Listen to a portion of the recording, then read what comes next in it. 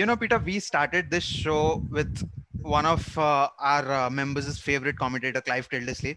We just put out a random text to him on Twitter, and he was gracious enough to come along, and he spent 40-50 minutes with us. We were supposed to spend 30 minutes, but he was gracious enough to stay on for another 10-15 minutes. And, that's how we got started. We're still very new. We're less than 3 months old. But we've had conversations with Jim Proudfoot. We've had conversations with John Dykes and so many other amazing people. But this one for me is incredibly nostalgic because one of my early memories of you is you shouting Rooney when he scored that overhead kick against Manchester City. So Yes. from there to having a conversation with you, it's incredibly nostalgic. So thank you so much, firstly. And how are you? I'm well, thank you. And I'm very excited to be speaking with you. Thank you very much for the invitation. Yeah, it's indeed our pleasure. So, the last few months, obviously, it's been incredibly difficult with the pandemic, almost millions of lives lost. And the the entire footballing scenario has changed. And how different has it been for you how much of a variation or a hassle did that bring to your usual routine as a commentator? Because very recently, Dean Jones, former Australian cricketer, he passed away very recently while he was in Mumbai commentating for the IPL. So just before the game, the very unfortunate incident. And apparently what we heard from some of our friends in Mumbai was the usual process of the mortal remains going back to Australia and everything that took a lot longer than it happens usually. So obviously everything is disturbed right now, and I'm sure even now that you're back to working regularly, it must be a little different to what it was now before. So how is it, right? How has it been? Yeah, it's been very awkward and very different. What I would say is that what you've done there, Anuraag, is you have put it into perspective. Millions of people have been very ill. Hundreds of thousands of people have died. The Dean Jones tragedy to which you refer is another which has knock-on effects, of course. Serious things have happened in very large numbers. So the little problems of a football commentator hardly register alongside all of that.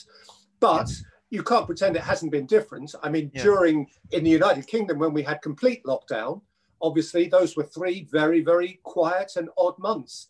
I'm very fortunate. I live with a loving family and I live at home. And I had 3 months of recuperation and I had my health and all was well. And then football restarted. And those of us who broadcast it had to get used to broadcasting without the backdrop of tens of thousands of supporters. And that is an odd thing. It's like, I suppose, being a soloist without the choir. It's a very different dynamic. And of course, if you look back over commentators forever, since television and radio began, why do they raise their voice when the ball goes in the net? Because 40,000 other people are raising their voices and shouting and screaming. And so we've become accustomed over the years to ride the wave of crowd noise and to know that it is our accompaniment or we are its accompaniment. And when it's not there, it's peculiar. But, needs must, and we've learned to deal with it. And very fortunately, at the start of this Premier League season, the football has been so compelling that it's papered over that crack to some extent. The football has been so exciting that we've probably noticed it less, or at least maybe the viewer on the television has noticed it less. Actually, being in the grounds, you can't help but notice it, and you really lament the absence of the people, because it's the people's game, and the people's game without the people doesn't feel right. Indeed. You just talked about spending time with your family and everything. When you're in a profession like this, obviously it's very difficult to remain, you don't get that much time with your family or kids. It's very difficult for people who are, such a busy, rigid schedule. So I'm sure that must have been some fun time for you. It was lovely. I mean, my sons have all grown up to a greater or lesser degree, and a couple of them came back home for the lockdown. Yeah. And so I had time with my young adult sons that I thought I'd never have, and that was a beautiful thing. I thought my days of playing silly games of cricket in the garden with them had gone. And there we were again, behaving like children. And it was beautiful. And as it happened, the sun was shining in the UK, which, as you know, it doesn't always. And, we had good weather and we had togetherness. Listen, don't get me wrong. If it was going to go on forever, it would have been awful. But we had a really lovely time, and my wife and I relished it. Absolutely. Talking about the commentary during this lockdown, another thing that we really associate with you is that you have been, present on the coronation day at the home of champions, like almost every year since I can remember, like right from that very disappointing game for me as a Manchester United fan against the City QPR game, from there to the Leicester City winning the title in 2016. Very recently, Liverpool lifting the title after the game against Chelsea. You've been present in those games, so these are games where you have to bring a different dynamic as a commentator, right? Like especially after the game is done, while the trophies are being presented. Or we saw that during the Leicester City game. Those are emotions that I never saw in my life, because none of them I'm sure have ever imagined their club lifting a Premier League title. And those were so beautifully described by your words, obviously. But that was all very different this time with Liverpool lifting the trophy. Obviously, if that Anfield was packed, I think that would have been a sight of a lifetime for all of us. But that did not happen. How different was that particular day for you? It was different. I must say, Liverpool did as well as they possibly could have that night. They did a really good job of turning that trophy presentation into something memorable and special. There was a lovely symbolism about the fact that they did it on the Kop. It was as if they were giving that prize to their people in their absence. And I thought that was really very, very clever. The way they lit it, the way they displayed it, almost as if it was a picture in a gallery, on the Kop, was really very, very well done. There's no way they could possibly have replaced what should have been there. It is terribly sad for Liverpool that after 30 years of waiting, they win it when nobody can be there to join in the party. That's terribly sad. But on the night, in the actual moment, as the trophy was handed over to Jordan Henderson, you could just for a second forget all that, because they choreographed it so very, very cleverly. And all of the right emotions were there. I wish everybody wishes, apart from perhaps the hardest Manchester United or Everton supporter, everybody wishes that it could have been properly done. But given that it couldn't be, they really did make an excellent job of an awful situation. Indeed. Moving past that conversation, I think that's a little bit of a dull side to that conversation. But again, moving to another side of it. So, early on in your days, who were the people that you've really looked upon? Like when you were sort of getting into your groove as in this particular field, who were the people you looked upon? Like, let that be sports persons or broadcasters? Well, when I was growing up as a child and a teenager, there wasn't nearly so much football on the television as there is now. And I consumed my football largely on the radio. And I was a boyhood listener, as many were, to BBC Radio. I dare say you sometimes hear it on the BBC World Service. I don't know. My big hero was a quite brilliant commentator of his time called Peter Jones, whose use of words was magnificent. And I was fortunate enough to work fairly early in my career with BBC Radio. And then I joined the big commercial network in the UK, ITV, following on from the retirement of another legendary commentator called Brian Moore, who was a great, was very kind to me personally, actually, in my early years. And he and John Motson and Barry Davis, two greats of BBC television through my childhood, also very, very kind to me and good guides to me, and growing up as a young football supporter, having been heroes to me as well. They were the voices of the game. So I guess we all take from the generation before, and I'm lucky that my career has overlapped with Martin Tyler, with whom, of course, you'll be very familiar. Absolutely, And Martin, I can consider a friend now, and one who, in terms of his devotion to football, is probably second to none. Indeed. Since you've brought in Martin Tyler, there's a couple of things which we actually wanted to bring in. First thing, Have you ever talked to Martin Tyler about the Aguero moment? Because, especially the goal against QPR in India, we heard your voice. Barely have it was very numb that day when the moment Aguero scored that goal. I could remember you shouting Aguero, but that's all I remember from that day. It was a pretty sad day, if I must say. But moving on past that, I felt when I look back at that, that was one of the great Premier League moments of all time, if not the greatest. And there were two amazing bits of commentary on that day, one from you and one from Martin Tyler. Have you ever had a conversation with him about that? Well, it's really interesting. Yes, we have, not about each other's commentary particularly, although I agree he did a wonderful job in that moment. But it's funny, a couple of years ago, I was traveling back on a train with him from a Manchester City game. And we did have a little conversation around the fact that we agree we were just fortunate to be there. And a commentator can only be as good as the event he's at, or the moment that is afforded him. And that was an extraordinary moment in time. And actually, as we both got up off the train to get off at the same station, there were lots of Manchester City supporters in the carriage. And one of them saw Martin Tyler, who, of course, is the voice of football very much in the UK. And so he wouldn't have been aware of my commentary on the Manchester City game, the Aguero goal. But he turned to Martin and said, "Oh, Martin Tyler, thank you so much for the Aguero goal." And as we got off the train, I said, "Martin, they think you scored." I said, "Aguero scored." And that is always my motto, my repeated message. We're lucky enough to be sitting in a good seat when these moments happen. The moment is not the commentator's moment. The moment is the player's moment. And, that Aguero goal is his and only his, and it belongs to the supporters of Manchester City. And you just hope in those moments that something comes out of your mouth which hopefully reflects the excitement of the moment.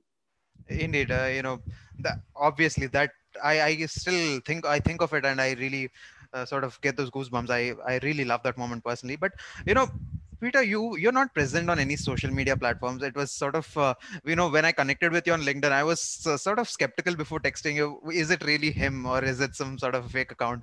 But as it turns out, I verified it from some other journalist friends that it is him.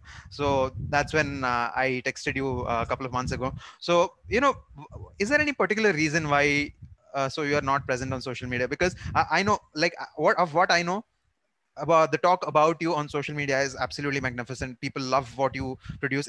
You've been there was plenty of talk about you on Twitter just after the Tottenham game. I think what you said, the theater of dreams reduced to I can't remember the word that you used, but that rubble. Yeah, exactly. Yeah. So that was plenty of people are talking about that.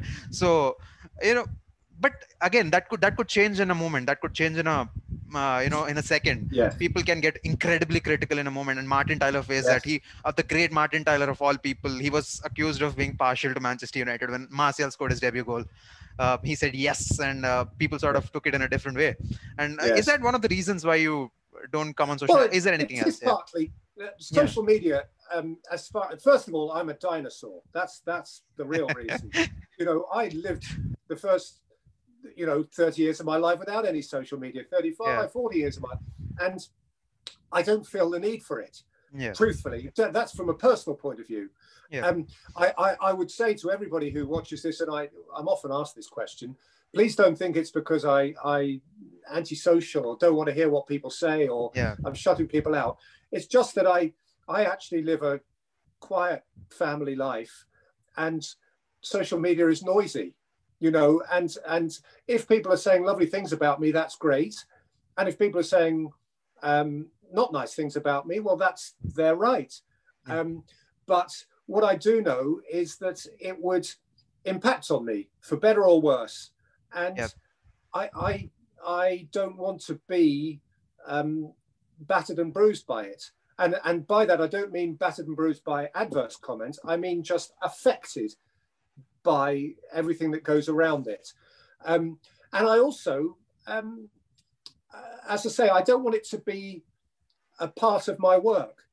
And if I'm having to react or so on social media, it would become a part of my work. And I think and this is my weakness, not my strength, I think it would affect me too much.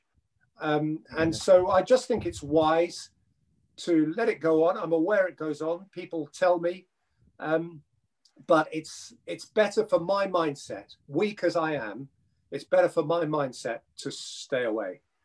Yeah, the next question again, this is please everybody, don't think I'm being antisocial. I don't think I'm above it, better than it, or anything. I really don't. But it's just better for me because of the person I am.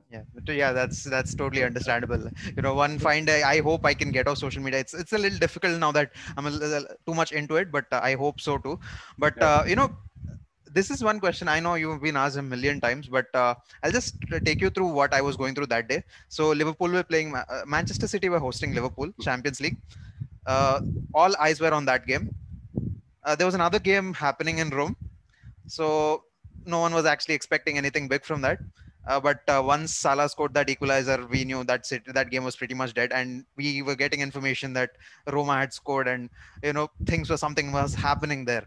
And once we switched, I'll be honest, that day we didn't listen to your voice. I don't think that your voice was on global feed that day. I don't know. In India, it definitely wasn't. I would have remembered very, very keenly.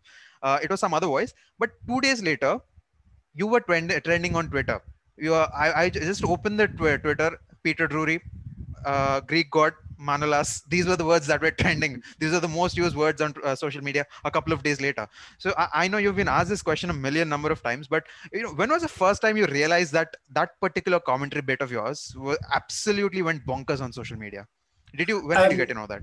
Well, it was a couple of hours after the game, actually, because, well, we've just discussed, I'm not on social media. Yeah. First of all, let me say that you've set that up really well, Anuraag. The fact is, everybody was watching Liverpool Manchester City that night, and nobody, including me, expected to happen what did happen. And so the great thing about that night was I was very relaxed. I felt as though there was no scrutiny on me at all. There was no scrutiny on that game, and it wasn't until Roma got to within one goal that I really switched on at all. And I thought, wow, better be careful here, because if they score again, this is going to be a big moment. Indeed. So I had no sort of mental preparation for that game at all. And there's a lesson in that, actually, to be uninhibited, to be relaxed, and not to overly anticipate what might or might not happen. But even after I delivered that slightly odd line about Greeks and Romans and all of that stuff, I walked out of the ground that night. I was excited by what I'd seen. It was a remarkable evening, but I forgot about it. We all went off to have an after-match meal and go to bed. And then my phone started ringing from people who knew I wasn't on social media and saying, this thing's gone a bit crazy. And it's lovely. It's lovely, but it was freakish. It was crazy. It was crazy. I really didn't have any notion of where it was going. But I'm not going to be falsely modest. It was 2 or 3 lovely days because people said some nice things. Yeah. But in a way, it underlined for me again why it's good for me not to be on social media, because I had to work really hard to put it behind me. And actually, one of my sons gave me the best advice after that. He said, "Dad, it's really good what everybody's saying, but don't believe it too much. And although you've had a great moment here, don't try and do the same again, because next time they won't like it as much." Yeah. And I thought he's wise ahead of his years. That is absolutely right. And so I just shut it off and prepared for the next game as if it was my first ever. Yeah, indeed. That's really amazing. A couple of days back, we launched sort of a trailer sort of a thing, like telling some of our friends that you were going to come on our channel, channel. So that was the line that we used. So it sort of became synonymous with your identity. I'm sure you would love some other moments that could have been pretty on similar scale, but that was one moment that really grabs hold of our attention. Moving past that, what we definitely know is you were a big cricket fan early on. So, did you ever consider cricket broadcast as a career early on?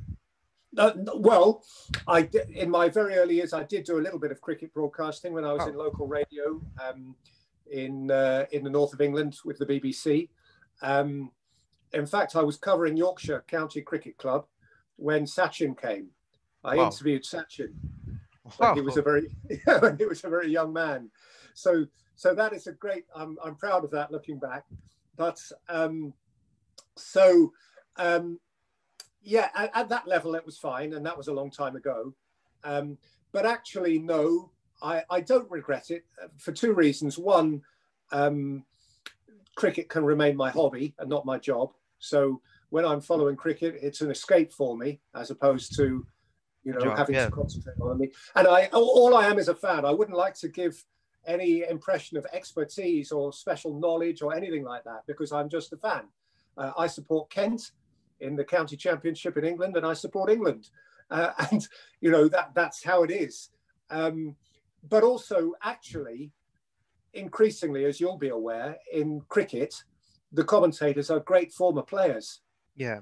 Because cricket is such a technical game that actually almost invariably now, it's not quite the truth, not quite the complete truth, but almost invariably, you've got to have played the game to a very good level to be able to identify the technical moments. So if you ask me whether I can read a spin bowler out of his hand, I say, no, I can't.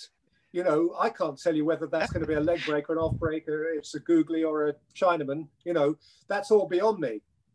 I can't look at a pitch and tell you and read it. So I think it's a very technical job now, cricket broadcasting, and I wouldn't pretend to have anything like the knowledge that I need to have. I just enjoy watching the guys who do it and learning from them. Yeah, talking about that, any particular cricketers or cricket broadcasters that you've thoroughly enjoyed watching or listening to over the years? I love watching cricket, and I love them all. I mean, in England now we have Nasser Hussain and Michael Atherton, and those are great analysts of the game, modern men who talk the language really well. Yeah. Atherton is such an intelligent man. I know you've got Harsha Bhogle from your country, who's a terrific commentator, and is of course an exception because he wasn't a great former player, which proves it can be done. And listen, he is broadcasting to a country which, where the scrutiny in terms of cricket is monstrous. So I'm sure he comes up against all sorts. People might say, who do you think you are to tell us how Kohli should bat? It makes no sense. So I respect him enormously. Yeah. I think the current batch of television commentators on cricket, they're compelling. Every country has its greats. Yeah. From New Zealand, Australia, South Africa, whoever happens to be involved, you can sit down and really enjoy cricket on the television at the moment. Yeah, indeed. Before we can let you go, thank you so much for your time. But what are your future plans? What are your plans in the next coming day? Are you commentating on the the international games in the coming days? Yes, I've got the two upcoming England competitive games. I'm not doing the friendly against Wales, which is coming up. So I need to prepare for those. And then the Premier League resumes with Everton against Liverpool. Whoa. So that's a biggie. And then the following day, Tottenham against West Ham. And then for the domestic channel here, it's into the Champions League. Yeah. So, actually, the next few weeks are ridiculously busy. Ridiculously busy. It's absolutely crazy. But that's lovely because that's what I do, and it's just good to be involved and excited by it. Indeed, you just mentioned the Liverpool-Everton game. I think this is going to be the most highly anticipated Merseyside derby in quite a while, because the way Everton started, I think now they're sort of eyeing for the title. I might be jinxing it, but yeah, again, whatever happens, that happens. Today was a great day for us. You came along and you spent your time. Thank you so much, Peter Drury. It was a pleasure having you, and wish you all the best for your future endeavors. I really appreciate you getting in touch, Anuraag. It's been really pleasant talking with you. Thank you so much, and thank you to all your friends.